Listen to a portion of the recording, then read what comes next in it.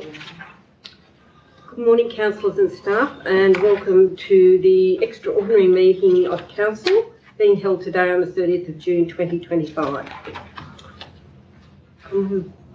I'd like to open by paying my respects to the traditional custodians of the lands and waters of the Murrumbidgee local government area and to all Aboriginal elders past, present and emerging. We are committed to honouring the continuing connection that First Australians hold to Murrumbidgee's land, water and community as one of the oldest living cultures in human history. In the spirit of open, accessible and transparent government, and to ensure this meeting is open to the public, this council meeting is being recorded with the recording placed on council's website following the meeting. Murrumbidgee Council accepts no liability for any defamatory, discriminatory or offensive remarks or gestures that are made during the course of the council meeting. Opinions expressed or statements made by individuals are the opinions or statements of those individuals and do not imply any form of endorsement by Murrumbidgee Council. Confidential meetings of council will not be recorded.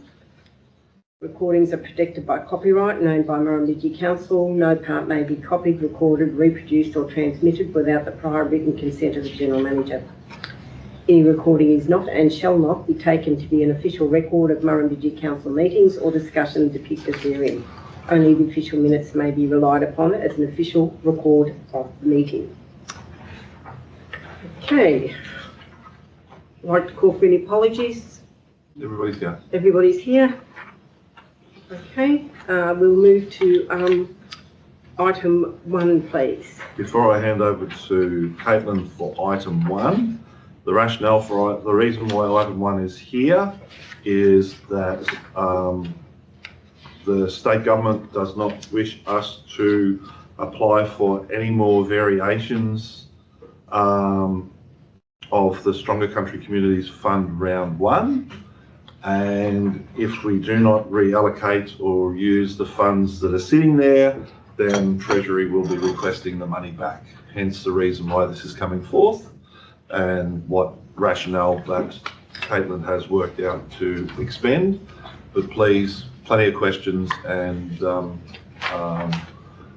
things that you might think of. But just remember, if we think of wishing to reallocate it to something that will take time or need to get permission for or whatever, it most likely won't happen. Sorry, Caitlin, thank you. That's all right.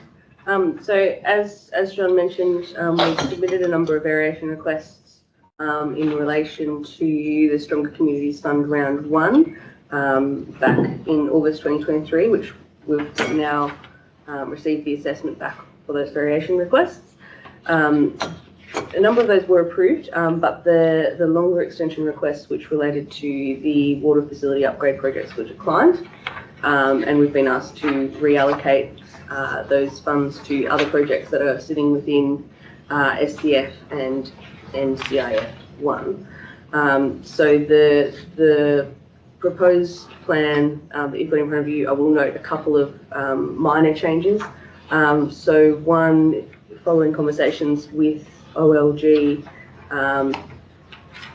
my understanding is that covering the reallocating some of the funds to the Luke Park upgrades in particular would be challenging, not impossible, but challenging, simply due to the fact that it's not already a listed project under the SCF 1 project.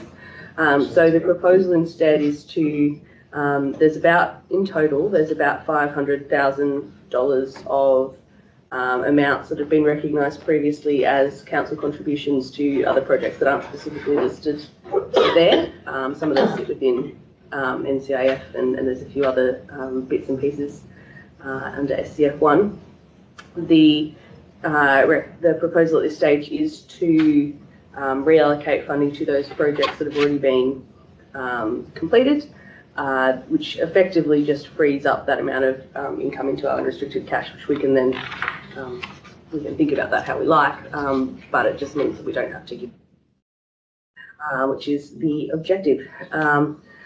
The other, just a quick note there's also an amount in relation to the Drury netball courts, which our finance manager, who was on leave very helpfully called me up when she read this report and reminded me that we'd actually applied and successfully got a variation under SCCF 4 funding for that. So that once we've considered that amount instead of being 279,000 will be more like 75.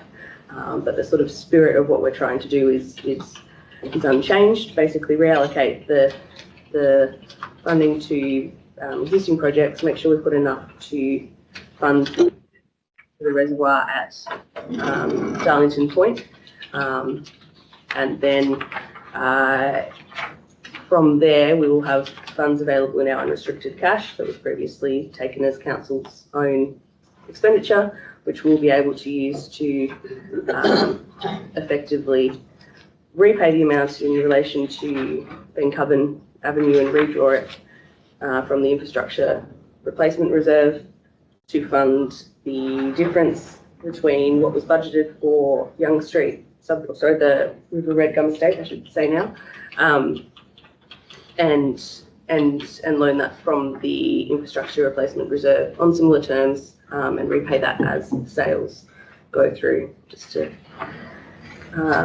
juggle all of those various bits and pieces in the books. So I will open to questions, comments, otherwise. Right. Are there any questions of Caitlin, please? Councillor Churgon. I just wanted to ask, they're not allowing any more extensions for the water treatment works. Correct.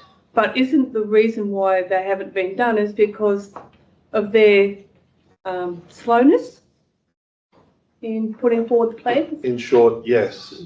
And in conversations, they are aware of that, but fiscally the state is not in that position to worry about those sort of things.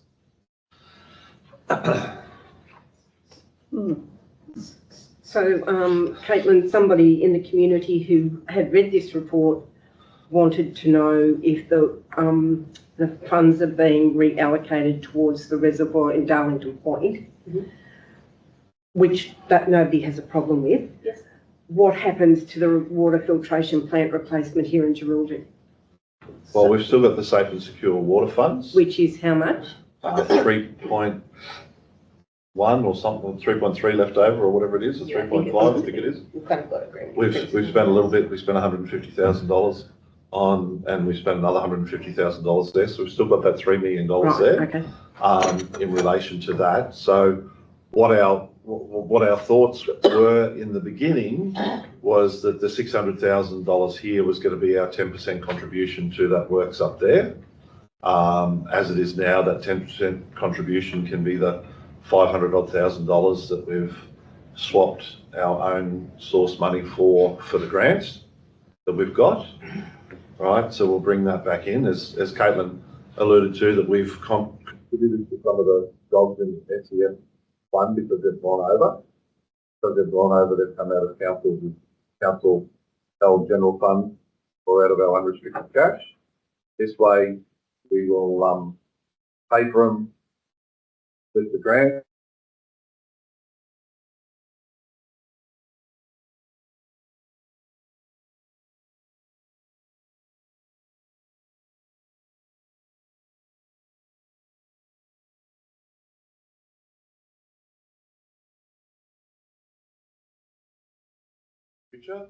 That want potable water for their camps, to see if we can do a deal some way for this water treatment plant to be able to get them that water that they need, as well to be able to fund it.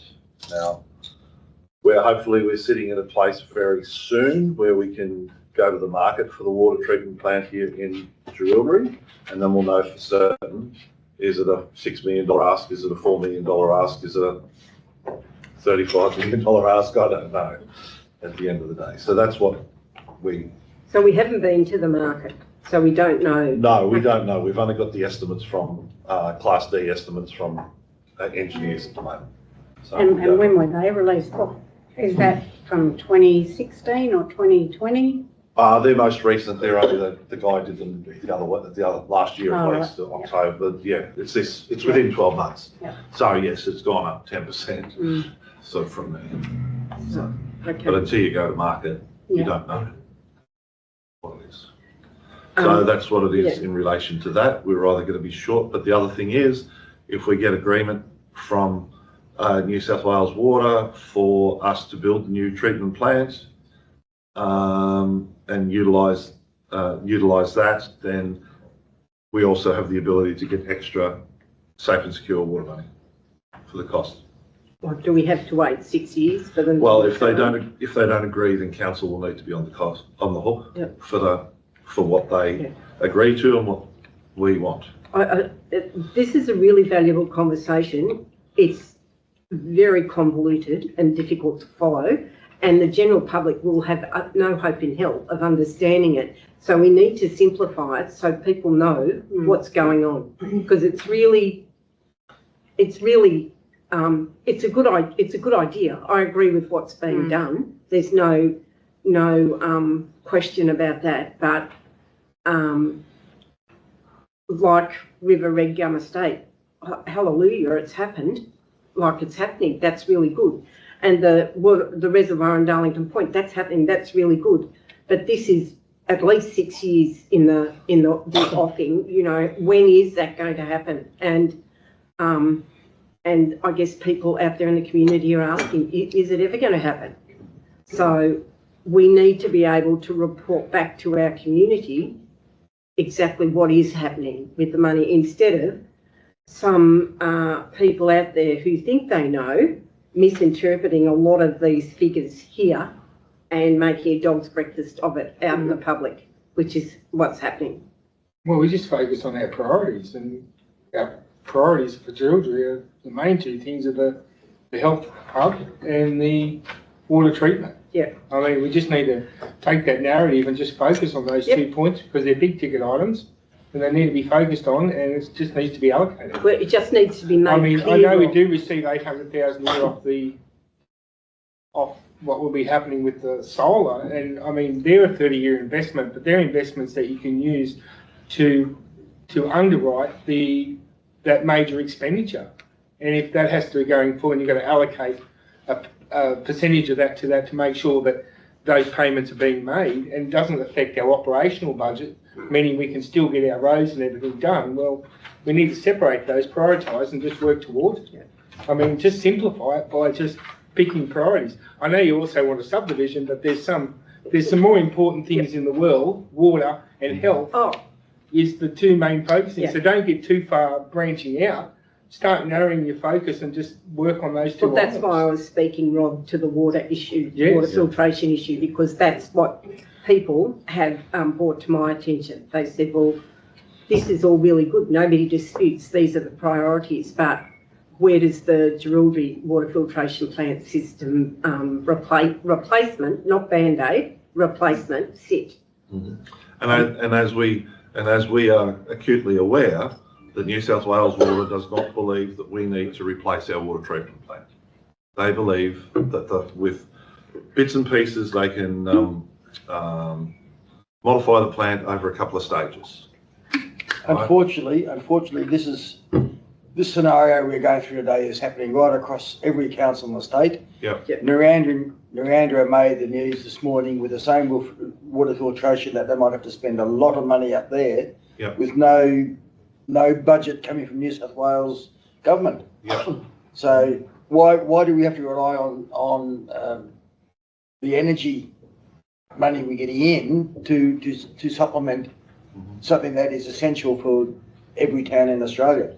And that is a government responsibility, not our own responsibility. That's right.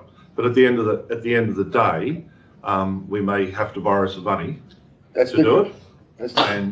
And if we can borrow it in a way, and as Councillor Curfew alluded to, the solar farm can underwrite it, but water and sewerage is a business entity which needs to be funded 100% from the sale of the goods. So at the end of the day, that whatever the loan will be repaid through either increased charges or other means. And they're not going to be huge increased charges. Yeah, I don't want Right. to see a radical SRV change. No, there won't be an Right, SRV we change. just We don't need to make have sure that that's. We don't need to it's have an not on the SRV table. change for that. Water and sewerage is not underneath the SRV's process, but it is mandated, like solid waste and everything else like that, that it's a regulated fee, that it gets paid for by the users.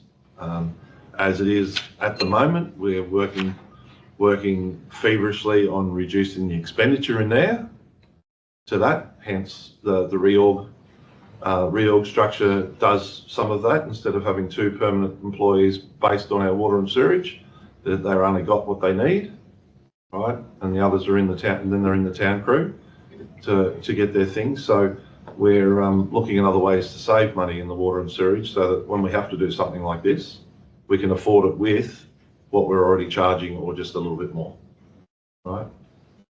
I guess the frustrating thing is this was given the tick 6 years ago, and we've got money. And it's not council's fault that this has not happened. We're at the mercy of the state government and public works, and the prices have escalated. And now the mindset has changed that, oh yes, well we can put a few band-aids on it and that'll make it better. Well, that wasn't part of the original scope. But in saying that, do the Band-Aids allow you enough time for us to put the new system in place? I Because think there's going to be a very big time lead between when we decide to get the new build and the actual commissioning of that build. Maybe a long period of time. I don't know what that is. So yeah. can Well, the infrastructure survive that long without any kind of injection of But capital? the questions I've asked between the difference between the Band-Aid and the new plant. So a new plant, if we said yes to a new plant, we would be building a new plant right next door to the old one. Right. And when it's completed, we turn the tap onto that plant and shut down the other one. But what I've asked is, what is the Band-Aid? Is the shell of the building sound? Is the roof of the building sound? Are the doors sound? And all they're going to do is change this piece of filtration equipment inside there for a brand new piece of filtration equipment, and the pipes, and this one, and this one, and this one. Or is their Band-Aid just putting some gaffer tape, some 100-mile-an-hour tape on this, and some super glue on that one? Right? That's the difference is going to be, because at the end of the day, if they're replacing all the internals with new kit, and that's their upgrade, then maybe we're getting exactly the same thing as if we had a shiny new building off to the side. I haven't got that answer yet, what those two things are, right? Because then that would be much easier for us, for Gary and I to come and sell the upgrade, because we say every single bit of kit inside that building will be brand new, right? And the building is not the filtration plant, it's just the housing of the filtration plant. Okay, that's what it is, because they might be turning dramatically away from we've got two big reservoirs at the side that are used, and got a sand filtration system through it to come through. They might be changing that dramatically in the upgrade, but using that area because it's sound. See, if the bricks and mortar isn't bad and they can reuse it, then we don't need to redo the bricks and mortar. They're the questions I've asked. I haven't got the answers. Oh, no, so until I get that answer, I can't come to you guys and say, don't be fearful of the what they're calling the upgrade, because it's going to give us all new equipment and cheap. So do you know when? Sorry, do you know when that's? You know? No, there's no answer on that. Okay, No. That's terrible. 6 years, That's terrible. maybe. A question on, if we went for a whole new system, as you said, you just turn one tap off and turn the new tap on. But Yep. if they're going to replace everything that's there, Total what happens with disruptions. jewellery's water? Total Absolutely. disruptions. Lots of bottles of water. Yeah. Total disruptions. Take a truck from going to take all the way up to. Total disruptions Yeah. That's, for the entire time. And John, what is the generational life of a water filtration system plant? Well, the buildings can last 100 years, but all the equipment inside, you're only looking at 25 years. Yeah. And it's a lot older than that, we know that. It's a lot older than that. So it beggars belief that a state government would choose to put a Band-Aid on something when it is not just past its generational use by, but probably multi-generational use by that, when it's already been given the tick for replacement. And as Councillor Black alluded to, we're not the only council in this position. Like Miranda's is obviously very vulnerable too. Critical. So I think it's very valuable that your approach to advocacy in this place is multi-pronged, but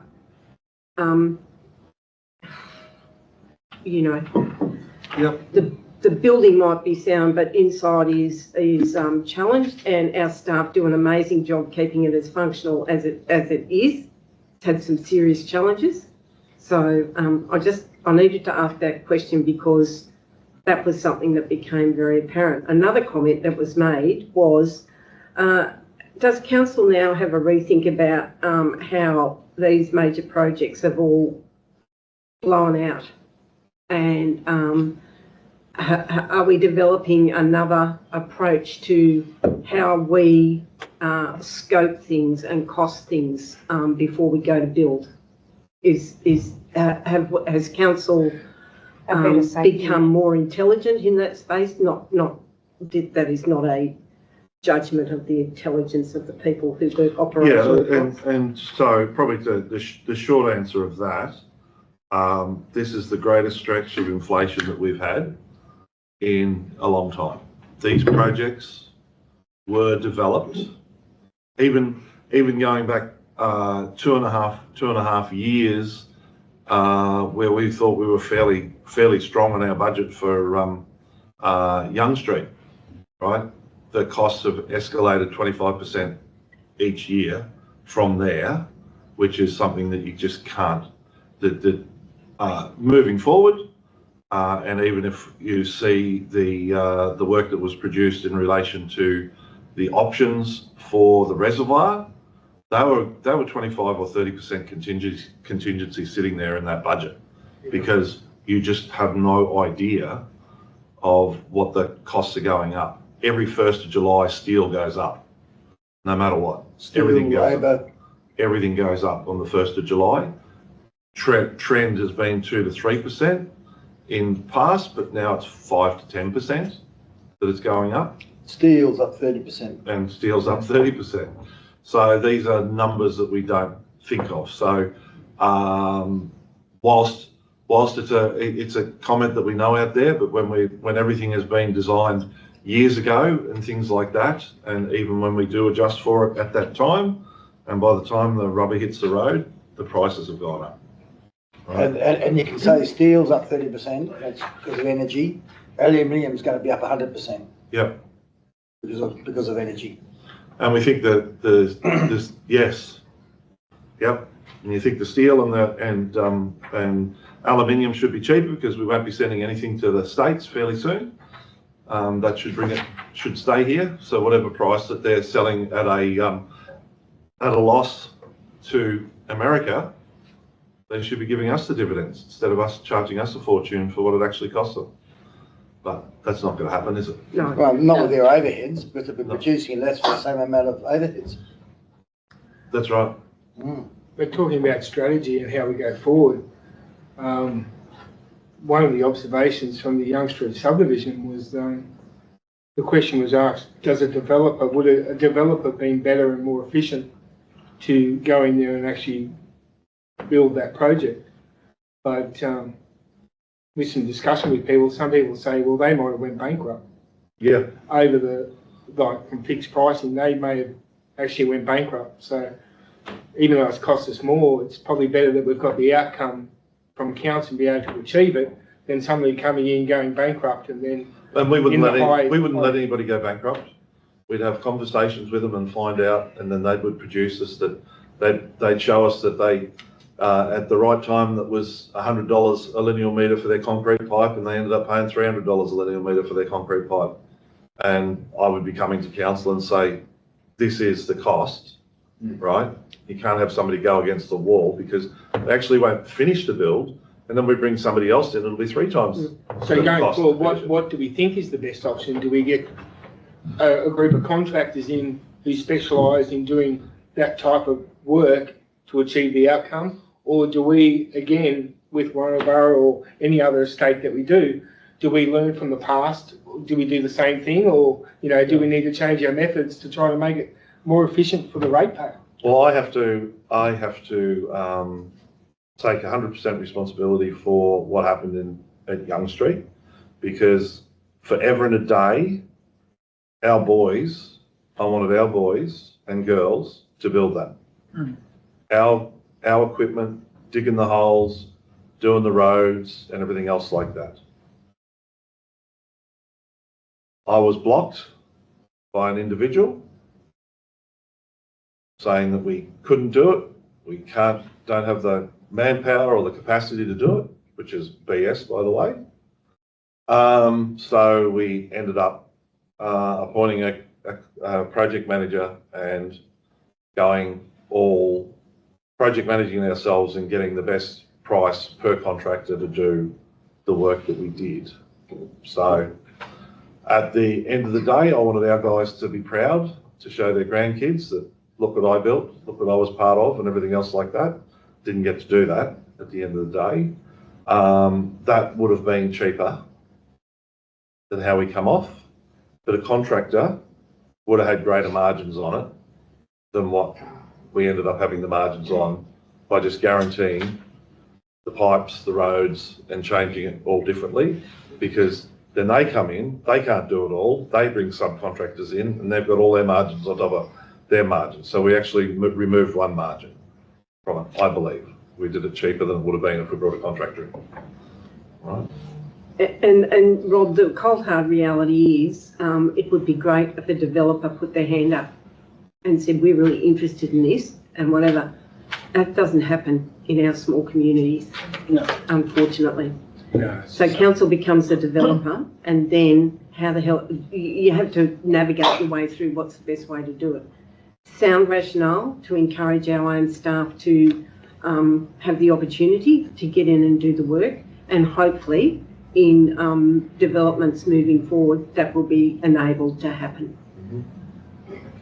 We learn. We learn. We learn. We do learn. Are there any other questions of Caitlin regarding this report? Specifically of Councillor Major. Councillor Major, have you got any comment? No? No, okay. No, I don't. Okay, thank you. Okay, well, somebody like to move the recommendation, please. Move Councillor Saxon, seconded Councillor Strawn. And the recommendation will read that 1, Council submit a reallocation plan to the Office of Local Government in relation to the SCF1 funding, such that funds from the water facility upgrades at Geraldine and Collyambley and remaining funds from the Collyambley Streetscape upgrade are reallocated to overexpended projects as identified in the report. 2, subject to this reallocation being approved, the loan from Council's infrastructure reserve previously advanced in relation to Bencoven Avenue be repaid. And 3, a new loan be drawn to fund the balance of works at the River Red Gum Estate to be repaid as sales proceeds are received. I'll put that recommendation. Those in favour, please say aye. Aye. Those against? Carried.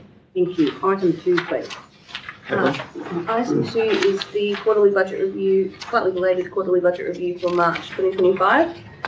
So the focus of this quarterly budget review, which was prepared in conjunction with the operational plan for 2026, was largely around identifying projects that needed to be carried forward into 2026.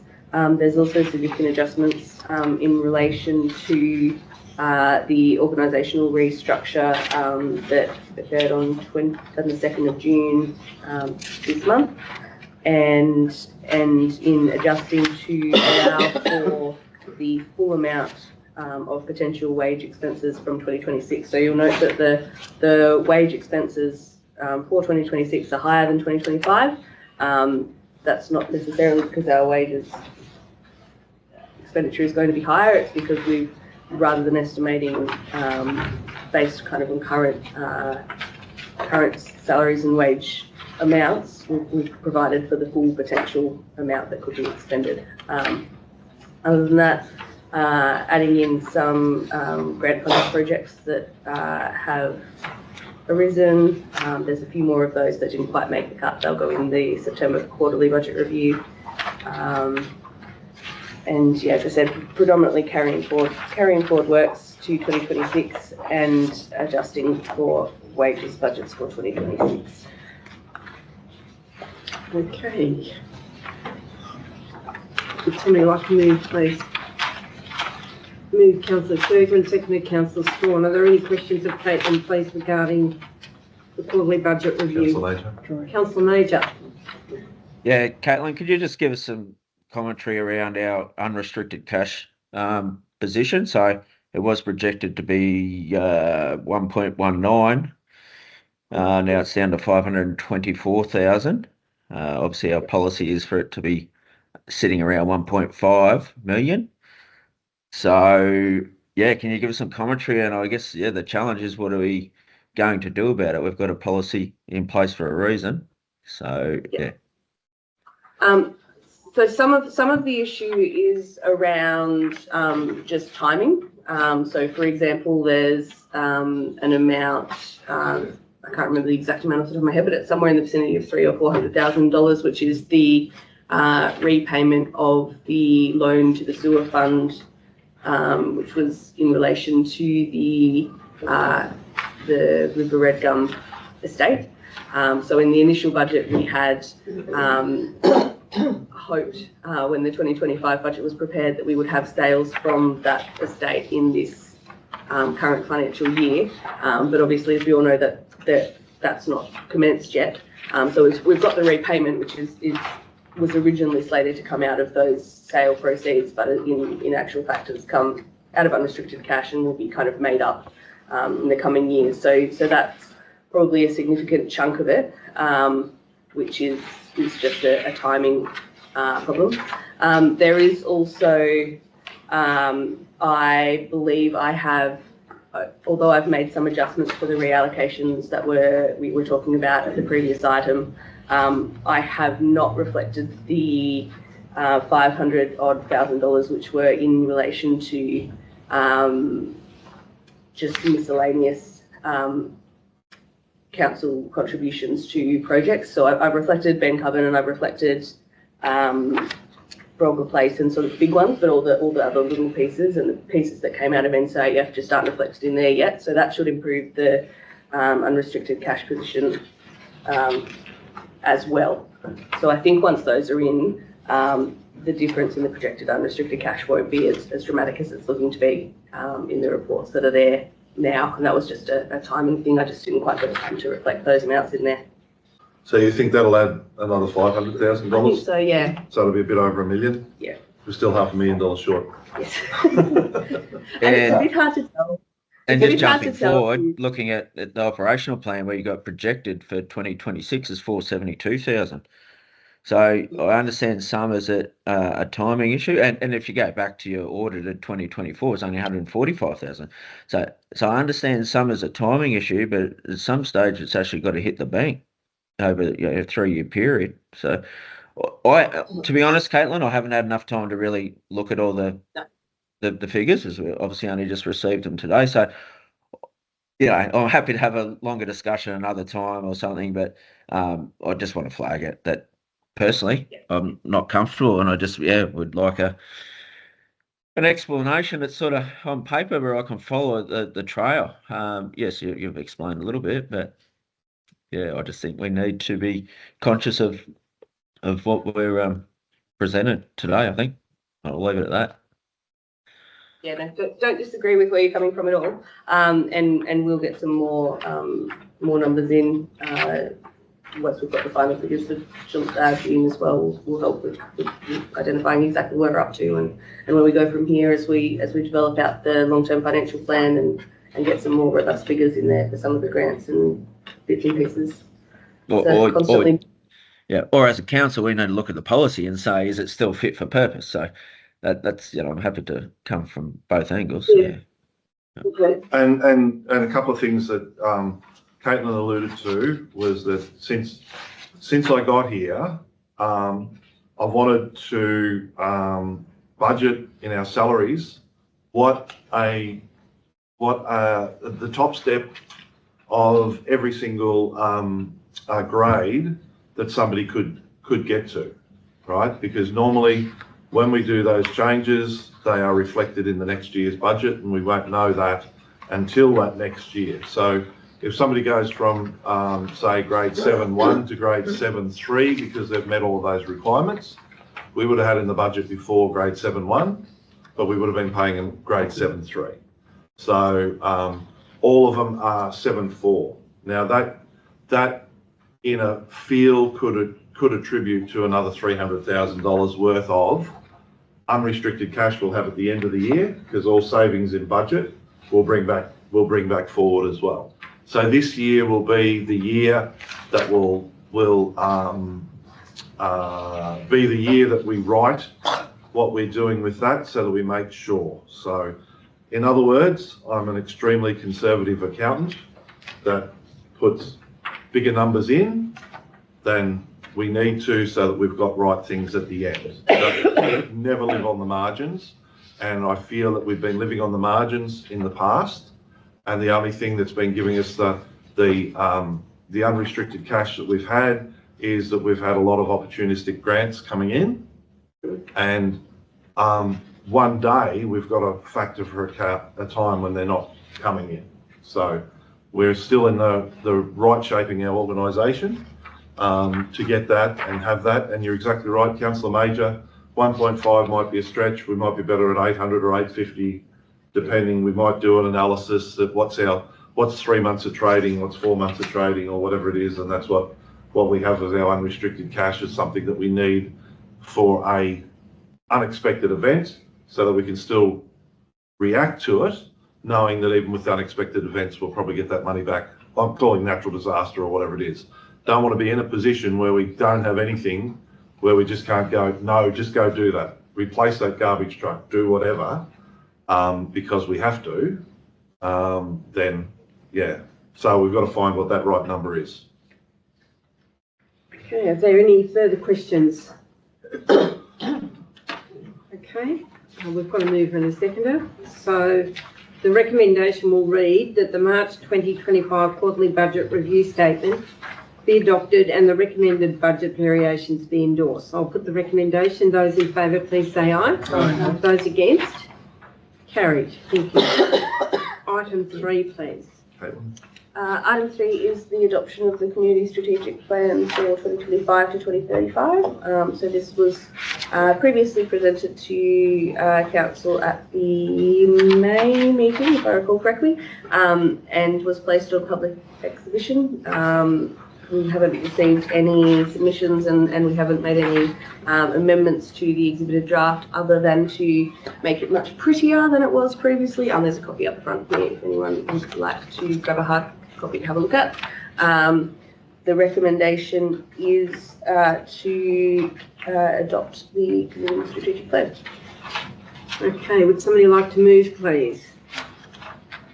Move Councillor Black, seconded Councillor Jurgen. Are there any questions of Caitlin, please? If not, I'll put the recommendation. The recommendation will read that the draft Murrumbidgee Community Strategic Plan 2025 to 2035 as exhibited be adopted. Those in favour, please say aye. Aye. Those against?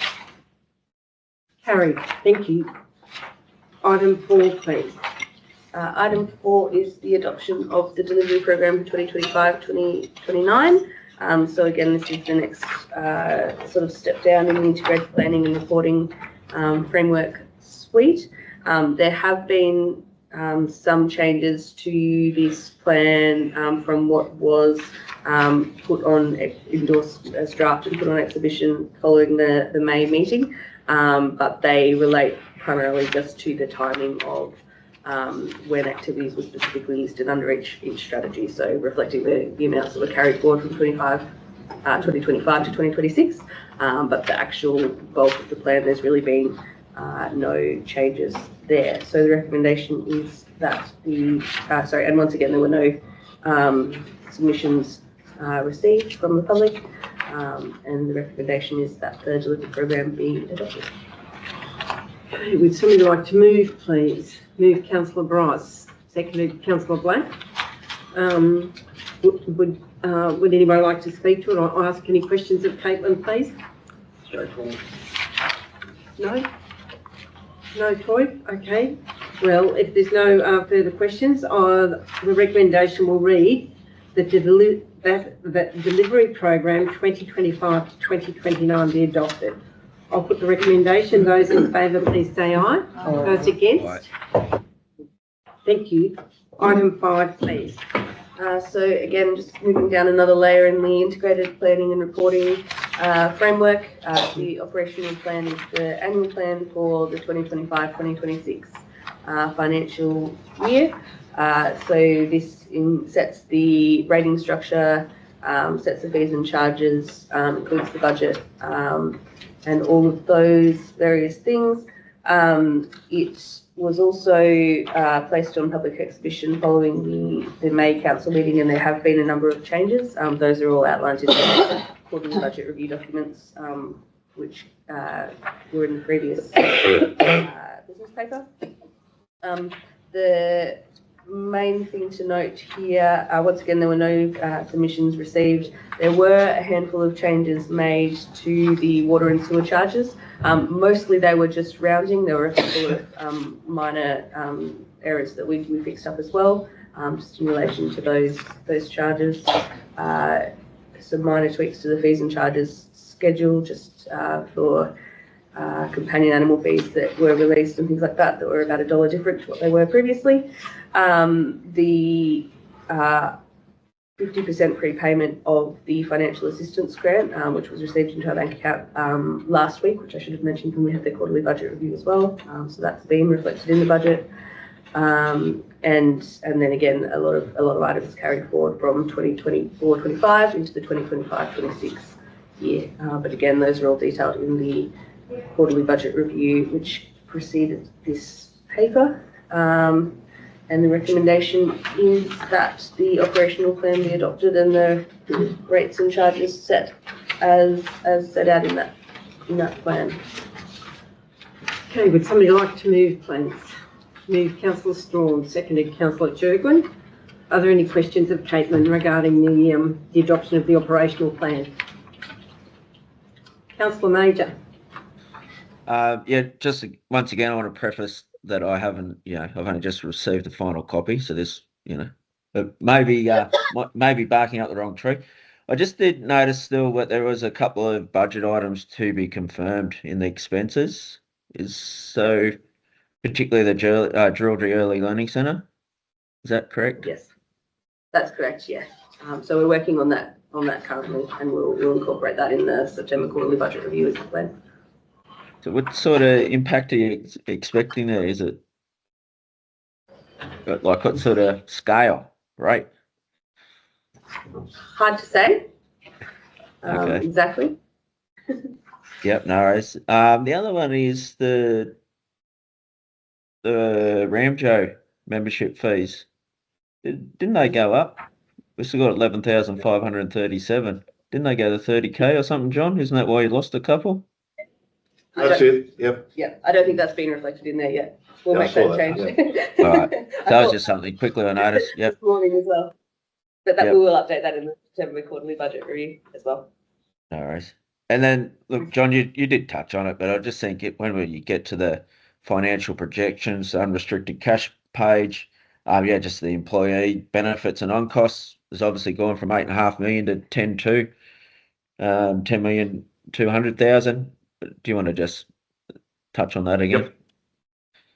So yeah, and we'll and I think probably the what I'll get Caitlin to do is and we can do this. We'll wait for the first full pay period in July. So by the July meeting, we should be able to bring forward saying that because why I say the full pay period, because there's a percentage increase and there's a bonus paid on the first full pay period in July.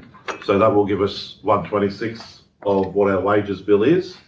and be able to give you that plus what our on costs are, and you'll see the difference between our budget and what our actuals are sitting at the moment, and that will probably be the best way to explain the method that we've taken in determining the wages moving forward by going up to the top of the tree, so the grade 4 step in each one, and you should see that sort of difference is what the buffer is that we've got in the wages bill. Right? I think if we do that, that'll be the best way to explain that. We need to do that calculation for our Yeah. workers' comp renewal anyway, Yeah, so yeah, we'll that's have an right. estimate. Yeah, we'll have that for workers' comp as well. So, yeah, exactly. Yeah. And then you'll see that difference. We'll be able to share that with you, and you'll be able to say to us, go back and release that $1 million back to us, or whatever it is, or not. But we'll also give that calculation of what that percentage increase is. So, as most are aware, this is the third year of the award, and I think it's $1,000 per employee that's been here for over 12 months, and 3%. 0.5%. Oh, sorry, 3% increase, yeah. Yeah, 3% increase, and then 0.5% increase in superannuation as well. So it's 3% wage increase, 0.5% superannuation, and $1,000. So you have fair that, bit of regulatory increase there. yes, as well as that increase in there. So, but we'll do that calculation. In hindsight, we probably should have done it for this, but yeah, you'll see that. Thanks, Troy. Any other questions? Right. Okay. Do we have a mover and seconder? We did. Yes, we did. Yeah, we did. If there's no further questions, the recommendation will read that the operational plan for 2025-2026 be adopted, and rates and charges for 2025-2026 financial year be set in accordance with the statement of revenue policy contained therein. I'll put the recommendation. Those in favour, please say aye. Aye. Those against, Aye. carried. Item 6, please.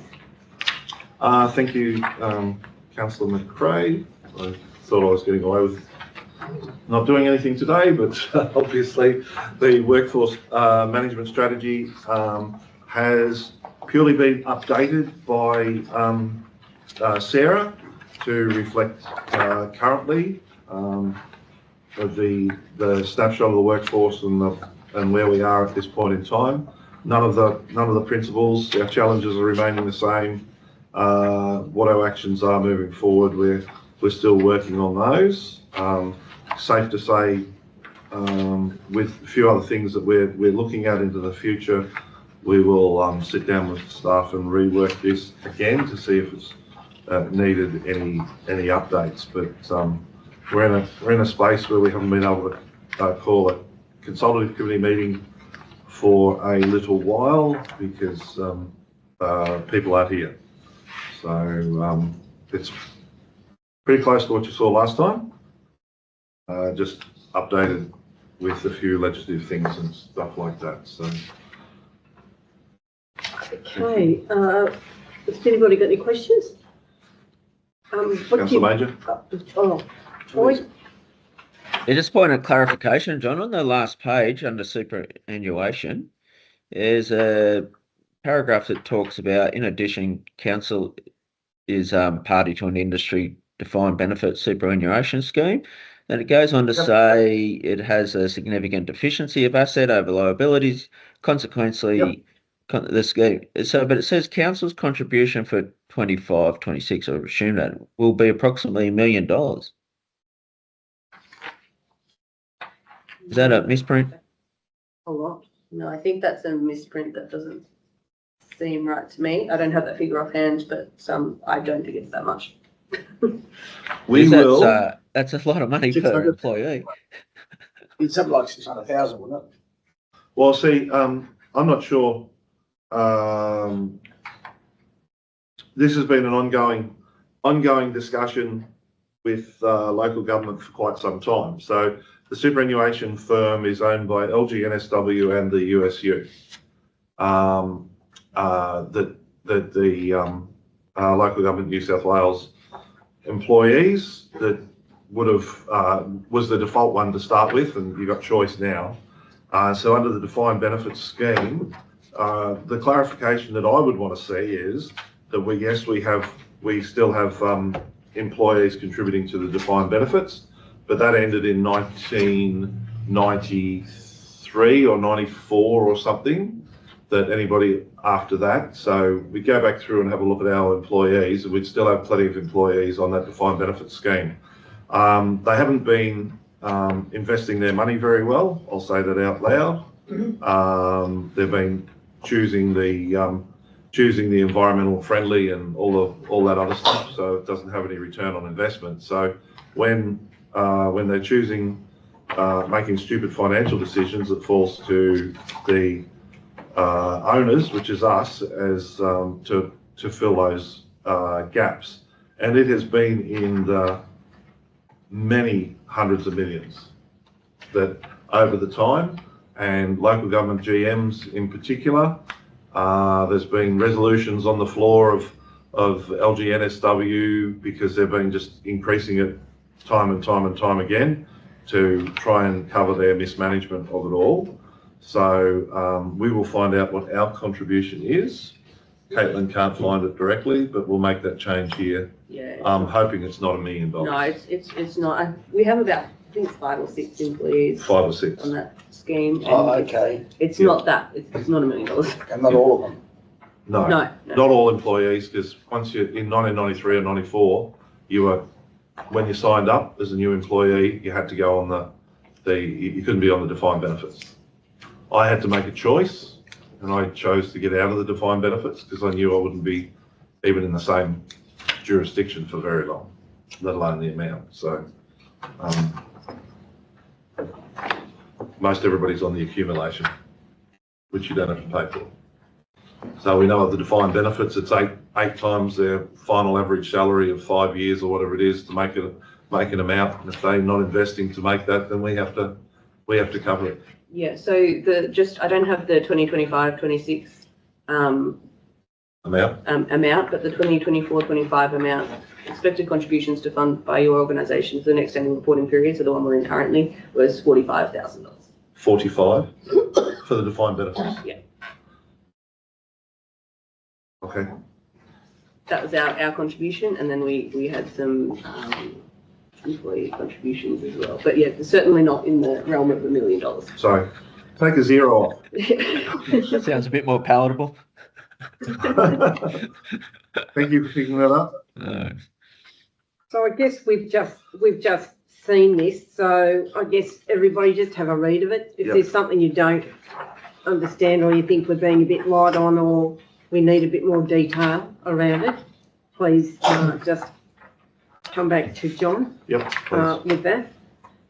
It's a bit hard to get your head around all this stuff, in a short period of time. So if you happen to take it home and read it and whatever, just come back to us if there's something you need more detail on.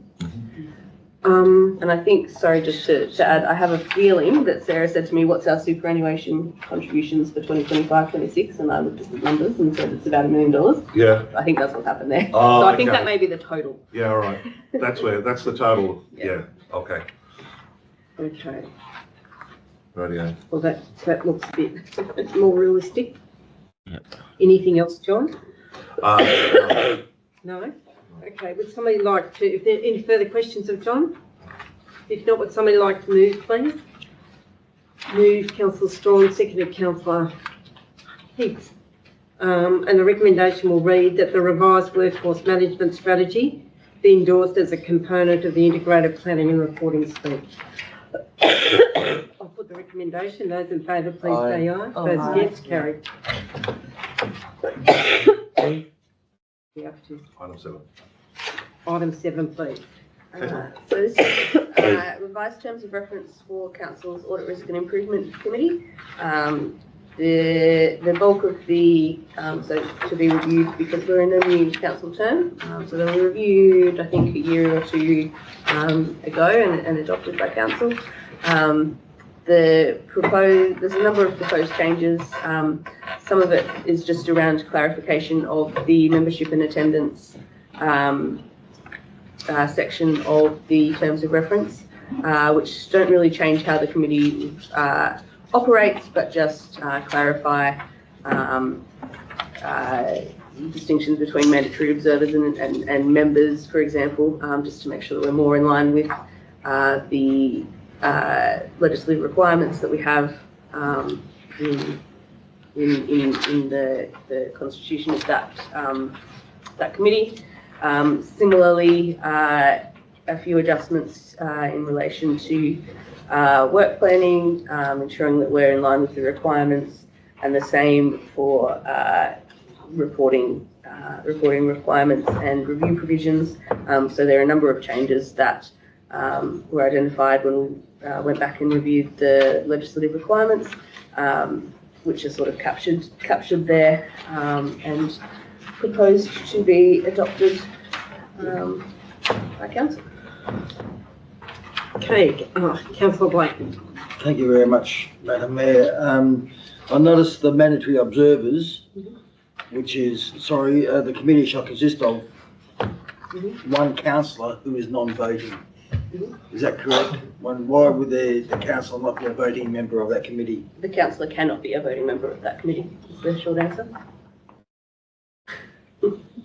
It's So it's two independent members, additional to the chair, which is, and I will say it's all external people controlling what happens in that committee. Yeah, correct. Yes. because we're not reputable. Yeah. That's right.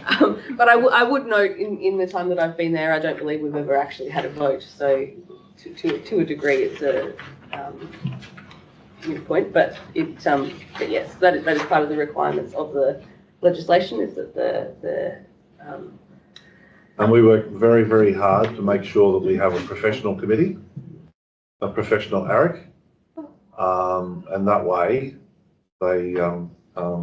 you're getting the value out of it. You know what they're coming through, and the committee we've got now is very collaborative with absolutely everybody. Everybody gets their opinion. Who's the third person? We don't have one.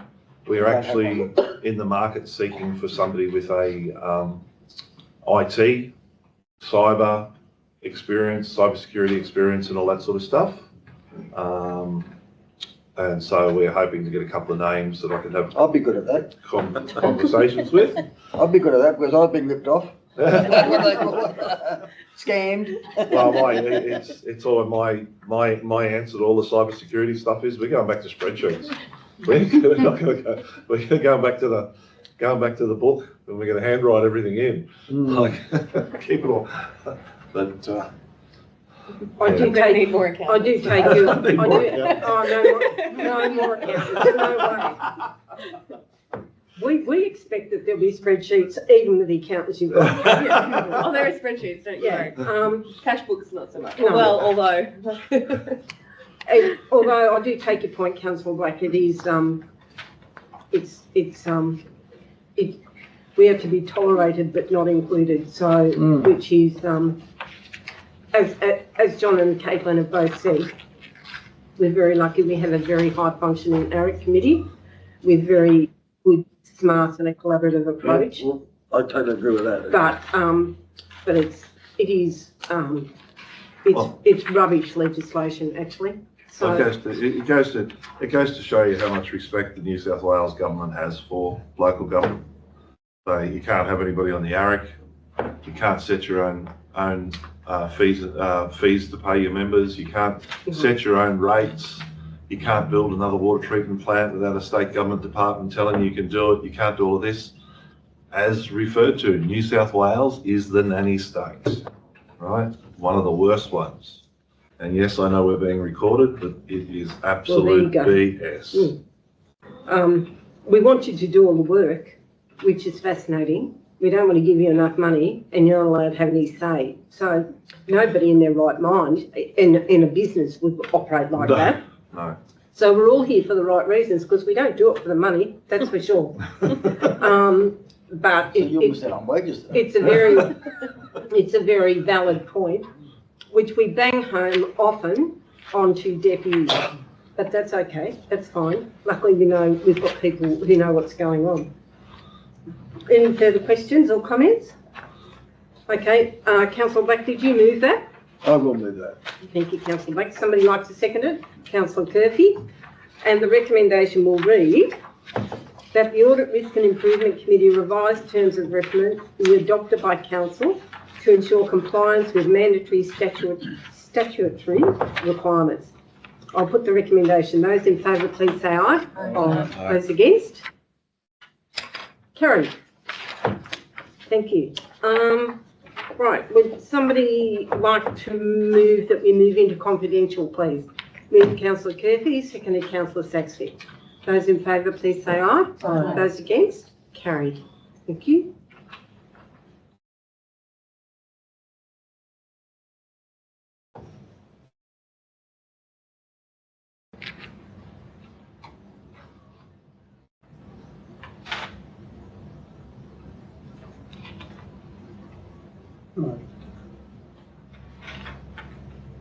All good? All good? Okay, we'll move on to item 8, please. The water infrastructure upgrade at Darlington Point Reservoir. Moved on the recommendation of Councillors Churgwin and Heath that Council endorse a preferred approach to address water infrastructure limitations at Darlington Point by proceeding to public tender for the design and construction works of A, bore pumps upgrades to 65 litres Second. per second. B, construction of a 0.5 megalitre, sorry, ground level street reservoir and installation of an 80 Litre per second. litres per second booster pump station. With a further report presented to Council upon finalisation of the tender evaluation and prior to awarding any contract. I'll put the recommendation. Those in favour, please say aye. Aye. Those against? Thank you.